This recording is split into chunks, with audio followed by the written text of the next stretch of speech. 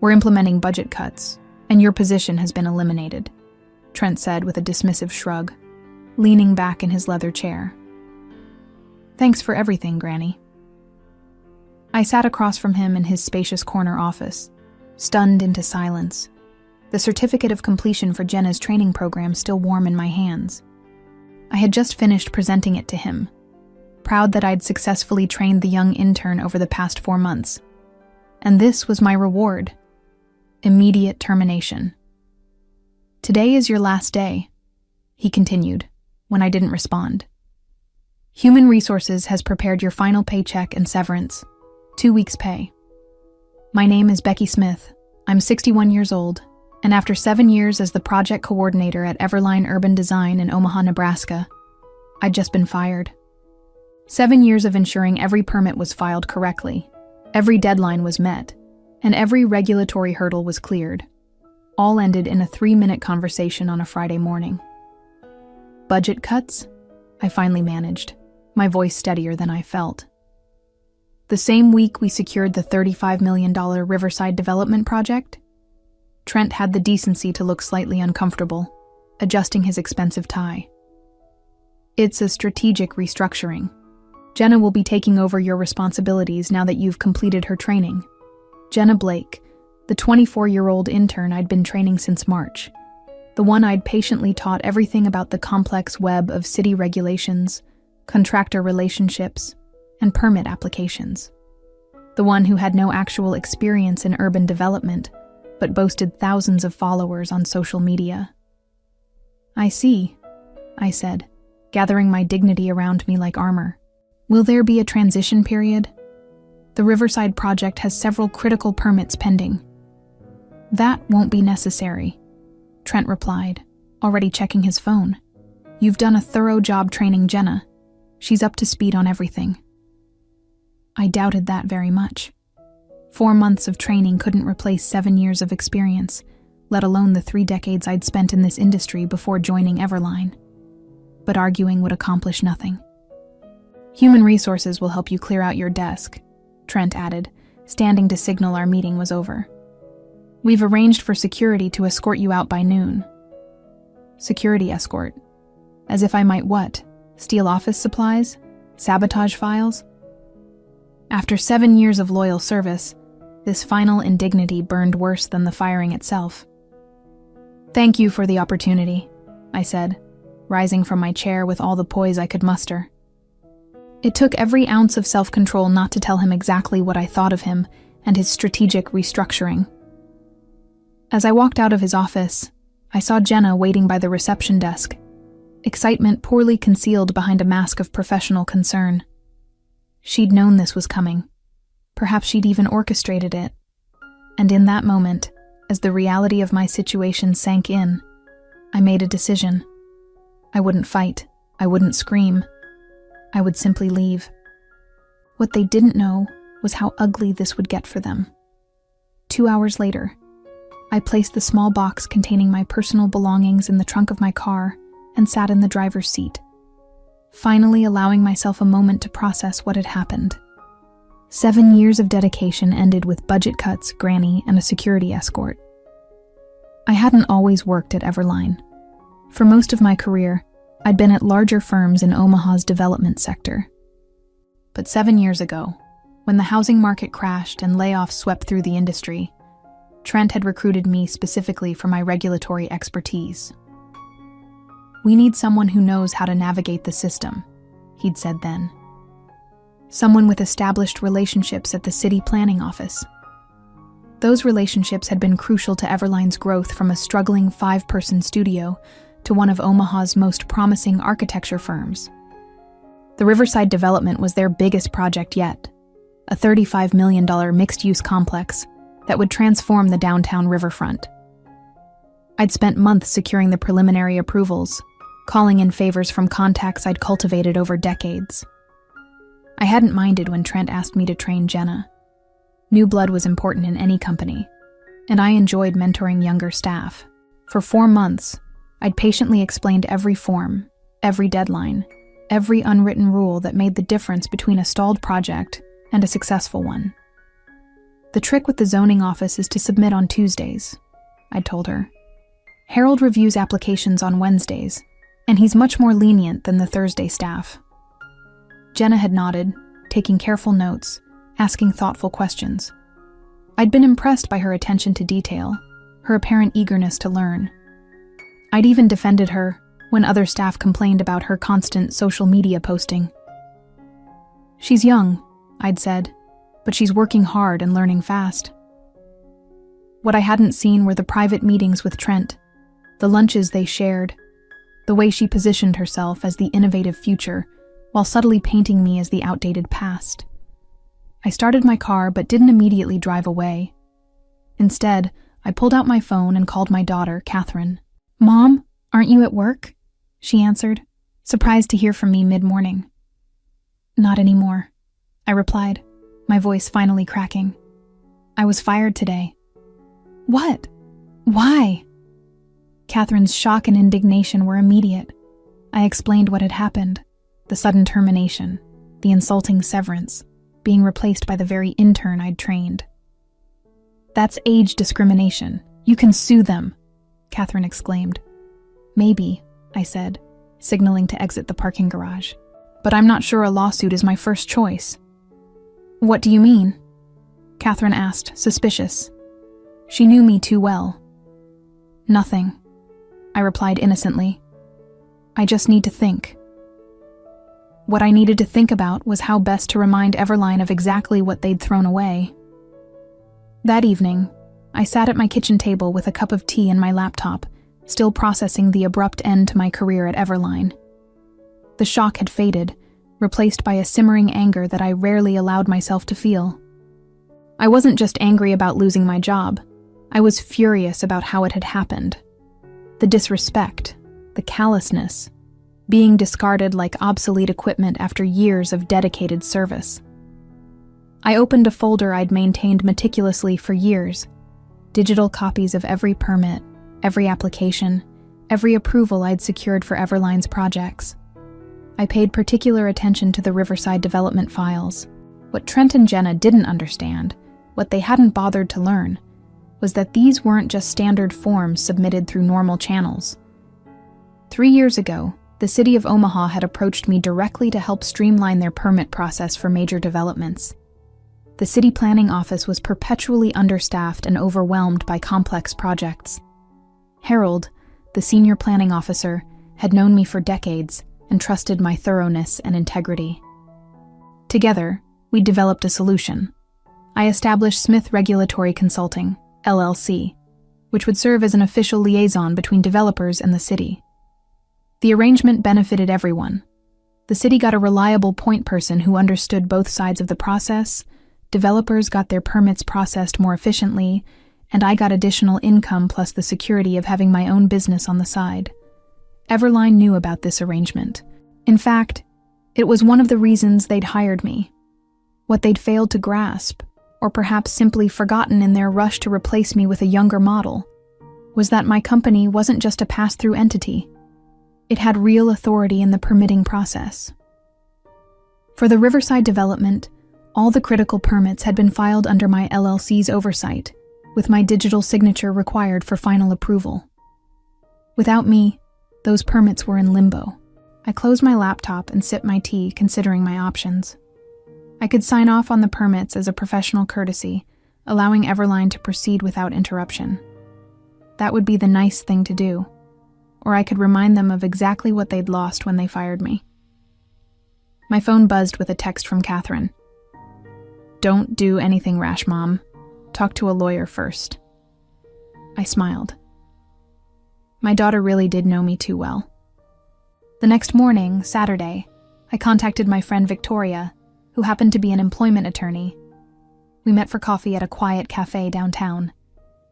"They can't just fire you because of your age," Victoria said after hearing my story. "But proving age discrimination can be tricky." "I'm not interested in a discrimination lawsuit right now," I replied. "I want to know about my obligations regarding the permits filed through my consulting company." Victoria raised an eyebrow. "I see where this is going. Let me be clear. If those permits were filed through your LLC and your signature is required for finalization, you are under no obligation to provide that signature without proper compensation for your services. And if Everline assumed those services were covered under my employment with them, that would be their mistake, Victoria said with a small smile. Especially if your consulting work was established as a separate business entity. Do you have documentation of the arrangement? I nodded, thinking of the folder on my laptop. Perfect, Victoria said. Let me draft a letter outlining your position. As I drove home from our meeting, I felt a strange sense of calm. For the first time since hearing Trent's dismissive budget cuts granny, I felt in control again. Monday would be interesting. Monday morning arrived with a flurry of missed calls and increasingly frantic text messages from Everline. I ignored them all as I calmly went about my morning routine: breakfast, crossword puzzle, a bit of gardening in the early spring sunshine. It was the first Monday in years I hadn't spent in a fluorescent-lit office, and I was determined to enjoy it. At 10:15 a.m., my phone rang again. This time it wasn't Trent or anyone else from Everline. It was Harold from the city planning office. I decided to answer. "Becky, thank goodness," Harold said when I picked up. "We've got a situation with the Riverside permits. Everline submitted a request for final approval, but everything's filed under your LLC. I told them I can't proceed without your digital signature." "Yes, that's correct," I replied calmly. "My company is the official liaison for that project." "They're saying you're no longer involved with the project? Something about restructuring?" "My employment with Everline ended Friday," I explained. "But my consulting company's involvement with the permits is a separate matter entirely." Harold paused before speaking again. "I see. Well, this puts us in an awkward position. The city can't proceed without your sign-off, but Everline is insisting we bypass you. That's not possible under our agreement with the city, is it?" I asked, already knowing the answer. "No, it's not," Harold confirmed. "The expedited process we established requires your verification. Without it, they'd need to resubmit everything through the standard channels." "And how long would that take?" Harold laughed. "For a project of Riverside's size? Months at minimum. Plus they'd lose their place in line." After finishing with Harold, I checked my phone to find 3 more missed calls from Trent. The latest voicemail was notably different from his earlier messages. "Becky, look, I think there's been a misunderstanding. Can we please discuss the Riverside permits?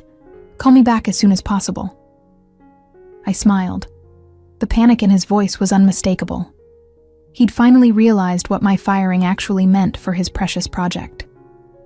At noon, I received an email from Victoria with the draft letter she'd prepared for Everline. It was perfect. Professional, firm, and crystal clear about my position. Smith Regulatory Consulting would be happy to complete the permit process for the Riverside development for a consulting fee of $75,000, approximately what I would have earned in salary over the next 9 months, plus formal credit as the regulatory compliance specialist on all project documentation. I approved the letter, and Victoria sent it immediately. Trent's response came within minutes, a hastily written email demanding that I call him for an urgent discussion. I ignored it. Instead, I drove to my favorite nursery and spent the afternoon selecting plants for my garden. I was examining tomato seedlings when my phone rang again. This time, it was a number I didn't recognize. "Hello? Mrs. Smith, this is Jackson Warren." I nearly dropped my phone. Jackson Warren was the principal investor in the Riverside development, a prominent businessman with deep pockets and a reputation for not tolerating delays. "Yes, Mr. Warren. What can I do for you?" "I understand there's an issue with the permits for Riverside," he said, his tone direct but not unfriendly. "Trent Callahan seems to be having trouble explaining the situation clearly. I'd like to meet with you directly to understand what's happening." I agreed to meet him the following morning at his downtown office. When I returned home, I found an email from Jenna Blake in my inbox. The subject line read, "Please help." The message itself was both pleading and condescending, Becky, I know you must be upset about the restructuring, but holding up the Riverside project is only hurting your professional reputation. Please be reasonable and sign off on the permits. I'd be happy to include your name in the acknowledgements. Acknowledgements. After being fired and replaced, she thought I'd settle for a mention in the acknowledgements. I deleted the email without responding and went back to planning my garden. Tomorrow's meeting with Jackson Warren would be interesting indeed. Tuesday morning, I dressed carefully for my meeting with Jackson Warren, choosing an elegant navy suit I'd rarely worn to the casual Everline office. I arrived at Warren Development's sleek downtown headquarters 15 minutes early and was immediately escorted to a spacious conference room with floor-to-ceiling windows overlooking the very riverfront the Riverside project was meant to transform. Jackson Warren entered precisely on time, a tall man in his late 50s with silver hair and a reputation for blunt speaking. He shook my hand firmly. "Mrs. Smith, thank you for coming. Coffee?" I accepted, and as his assistant served us, Warren got straight to the point. "I've invested $12 million in the Riverside development so far," he said. "Now I learn that the entire project is stalled because Everline fired the one person who could navigate the permit process. I'm not pleased. I understand your frustration, Mr. Warren." "Call me Jackson," he said, leaning forward. "I've been looking into this situation. It seems your firing wasn't just unexpected. It was exceptionally poorly timed and possibly illegal." I raised an eyebrow, but said nothing. "Tell me about these permits," Jackson continued. "Trent claims it's a simple paperwork issue that you're dragging out because you're bitter about being let go." I opened my laptop and showed Jackson the digital trail of the Riverside permits. The initial applications, the preliminary approvals, the pending final clearances, all filed through Smith Regulatory Consulting. 3 years ago, the city of Omaha asked me to establish this arrangement to streamline the approval process for major developments, I explained. Everline knew this. It's why they hired me. But apparently they forgot that my consulting company is legally separate from my employment. Jackson studied the documents carefully. "And without your signature on these final approvals, the project can't move forward. Everline would need to resubmit everything through standard channels, which would take months at minimum." "I see." Jackson sat back, his expression thoughtful. "And you sent them terms for completing the process?" "My attorney did, yes. A consulting fee plus professional credit for my work. Reasonable terms? $75,000, about 9 months of the salary they were no longer willing to pay me, plus recognition as the regulatory compliance specialist on project documentation." Jackson nodded slowly. "And their response?" "Demands that I call Trent for an urgent discussion. Nothing addressing the actual terms." "Typical," Jackson muttered. He tapped his fingers on the table for a moment, then made a decision. "Mrs. Smith, Becky, I'd like to make you an offer that bypasses Everline entirely. This was unexpected." "I'm listening." "Warren Development would retain Smith Regulatory Consulting directly for the duration of the Riverside project. Same fee you proposed to Everline, plus a bonus structure tied to meeting key regulatory milestones. You'd work directly with my team, not through Everline." I tried to keep my expression neutral despite my surprise. "And Everline's role?" "That's between me and them," Jackson said with a cold smile. "But I'm reconsidering our entire relationship given how they've mismanaged this situation." I left the meeting with a handshake agreement and instructions to have Victoria review the formal contract that would arrive that afternoon. As I walked to my car, my phone buzzed with a text from Trent. "Emergency meeting about Riverside today at 3 p.m. Your presence requested. Will pay consultation fee." Too late, I thought. Much too late. When I arrived home, I found an elaborate flower arrangement on my porch with a card from Jenna. "So sorry about the misunderstanding. Please call Trent ASAP. We need you." I placed the flowers on my elderly neighbor's porch instead, knowing she would enjoy them more than I would. Then I called Victoria to brief her on the Warren Development offer. They're offering to match the fee we proposed to Everline, plus performance bonuses, I explained. And I'd be working directly with Warren's team, not through Everline. Cutting Everline out entirely, Victoria said with an appreciative whistle. That's quite a development. Did Warren indicate what this means for his relationship with Everline? He said he's reconsidering it. I got the impression that Trent has some explaining to do. I imagine he does, Victoria replied. Send me the contract when it arrives. In the meantime, I suggest you continue ignoring Everline's increasingly desperate attempts to contact you. I spent the afternoon in my garden, planting the seedlings I'd purchased the day before. It was therapeutic, digging in the soil, setting young plants into place, imagining the harvest to come. A perfect metaphor for this unexpected new chapter in my professional life, planting seeds for future growth after being uprooted. By Wednesday morning, news of my arrangement with Warren Development had spread through Omaha's tight-knit development community. My phone buzzed constantly with calls and messages from former colleagues, other developers, and even journalists seeking comments. Trent's desperation reached new heights. First came an email offering an immediate consulting contract at twice the rate I'd requested. When I didn't respond, he followed up with a voicemail. Becky, please, we need to talk. Warren's threatening to pull Everline from the Riverside project entirely. This could ruin us. Whatever you want, name your price. You can have your old job back with a raise. Just call me. The panic in his voice was almost satisfying enough to make up for budget cuts, Granny. Almost, but not quite. At noon, Victoria called with an update. Warren's legal team sent over the contract. I've reviewed it. It's very favorable. Significantly better terms than anything Everline might offer you now. How so? I asked. For starters, it's not just for Riverside. Warren wants Smith Regulatory Consulting retained for all of his development projects in Omaha for the next 2 years, with an option to renew. The fee structure would give you a comfortable 6-figure income, plus those performance bonuses we discussed. And Everline's role? That's the interesting part, Victoria said, and I could hear the smile in her voice. The contract includes a clause stating that Warren Development reserves the right to select or reject any architectural partners for their projects. There's no guarantee that Everline will remain involved with Riverside, let alone future developments. I signed the contract that afternoon, feeling a strange mix of vindication and melancholy. I hadn't set out to destroy Everline. I'd given 7 good years to that firm.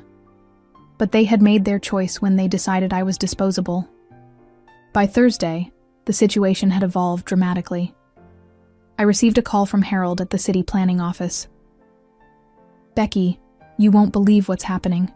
Trent Callahan has been calling every hour, trying to find a way around the permit requirements. When I explained it wasn't possible, he actually suggested that the dinosaur procedures needed to be updated for the modern era. I laughed. I assume that went over well? About as well as you'd expect, Harold chuckled. The planning director reminded him that those dinosaur procedures ensure public safety and regulatory compliance.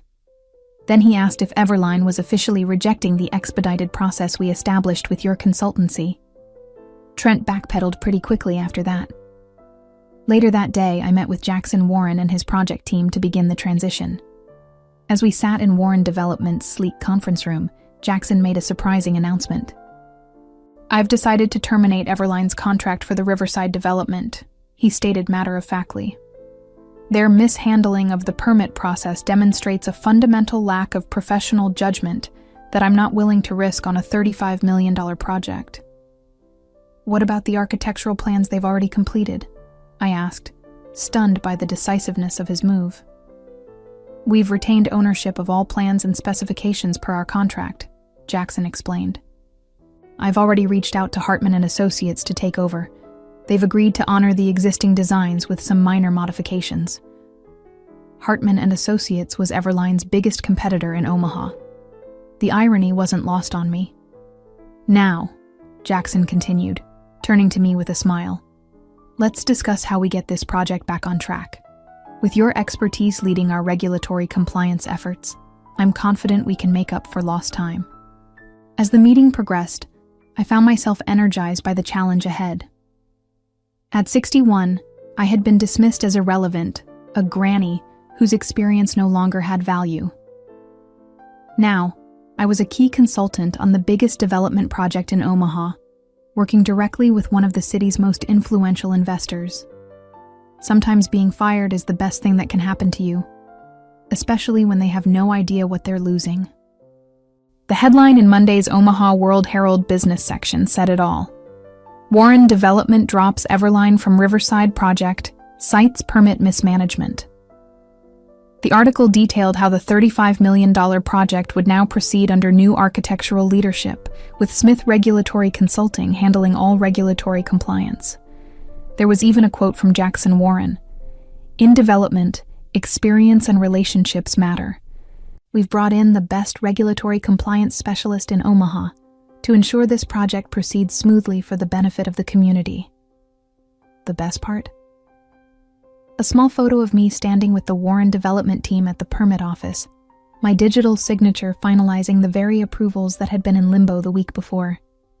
I saved a copy of the newspaper alongside the termination notice Trent had handed me just 10 days earlier. The contrast couldn't have been more stark, from fired with a paltry 2-week severance to featured in the business section as a key consultant on Omaha's most significant development project. Catherine called shortly after the article was published.